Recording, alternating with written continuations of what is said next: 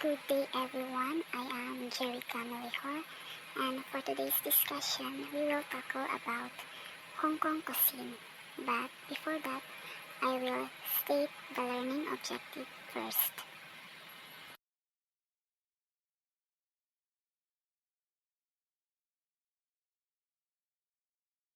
Learning objectives. At the end of the lesson, the students must be able to describe Hong Kong cuisine, identify the different Hong Kong dishes, and value the importance of Hong Kong dishes. Hong Kong cuisine. Traditional Hong Kong food hails from the Guangdong province of China, with the most popular Cantonese dishes consisting of poultry, meat, or seafood alongside rice or noodles and some kind of preserved or pickled vegetables. You'll find when eating in Hong Kong that there is a dominant sharing culture. Most groups order a large meal to be shared together. Street food is also a very significant part of Cantonese food culture in Hong Kong. You're sure to discover many street stalls selling delicious smelling, often deep fried foods and snacks. Meals in Hong Kong. A popular choice for breakfast in Hong Kong is often congee. This typical Hong Kong breakfast dish is made of boiled white rice with the consistency of porridge. It's usually savory, eaten alongside many different options including salted pork, minced beef, or fish. The most popular food to eat in Hong Kong at lunchtime is dim sum. For an evening meal, Hong Kongers typically tend to eat a stir-fry or combined steamed or boiled rice with meat at dinner time. Here are the following most popular dishes in Hong Kong.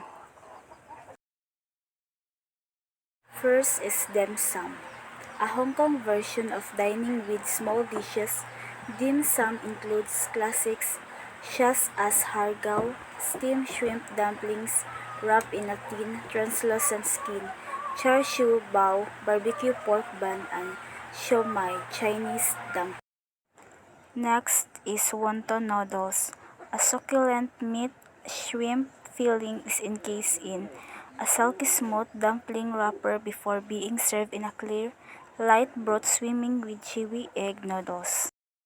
Fish balls, a classic Hong Kong snack. These are balls of deliciousness made with fish meat often cooked in a piping hot curry and commonly sold at street food stalls. Shrimp and chicken balls. Firstly, shrimp and chicken are chopped finely kneaded into balls. Then they are deep fried with breadcrumbs. The balls are crispy and tender. Next is beef brisket noodles. It's a popular Hong Kong dish that is loved both by locals and tourists.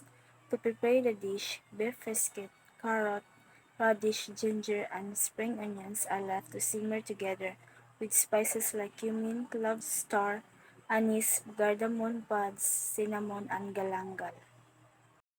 Next is braised chicken feet, also known as Phoenix claws, is a popular Hong Kong food.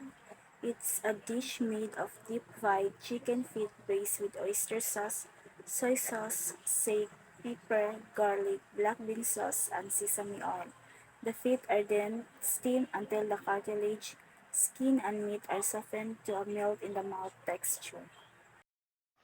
The next one is siomai. Siomai is one of the most loved dim sum dishes in Hong Kong. Unlike regular dumplings that are fully wrapped, siomai is an open-top dumpling. The skin is wrapped around the sides and at the bottom, very much like a cup. They are then filled to the brim and topped with fish roe or a green pea. Next is clay pot rice. It's a signature rice meal dish in Hong Kong that's cooked in a clay pot to create a unique earthy aroma. The rice is mixed with flavorful ingredients such as traditional preserved sausage, meat, green onions, and seasonings such as soy sauce, fish sauce, sugar, and white pepper. Hargao is the Cantonese name for the Hong Kong-style shrimp dumplings one of the most popular dishes in a traditional dim sum meal. The dumpling is characterized by the silky wrap that's made of wheat straw, tapioca, and lard. The fillings are usually made of fresh shrimp and bamboo shoots with a light seasoning.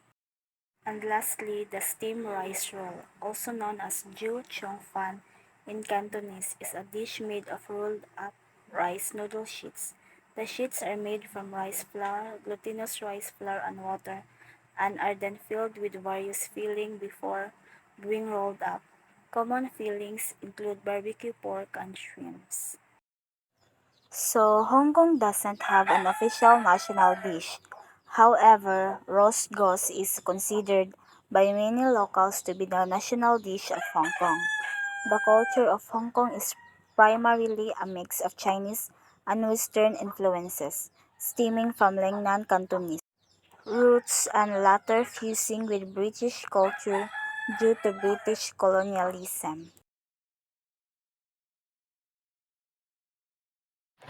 So that's all about Hong Kong cuisine. Any clarification, suggestions, or questions? If none, we will proceed to our activity, which is identification. Okay, class. So these are the following questions. So answer it directly.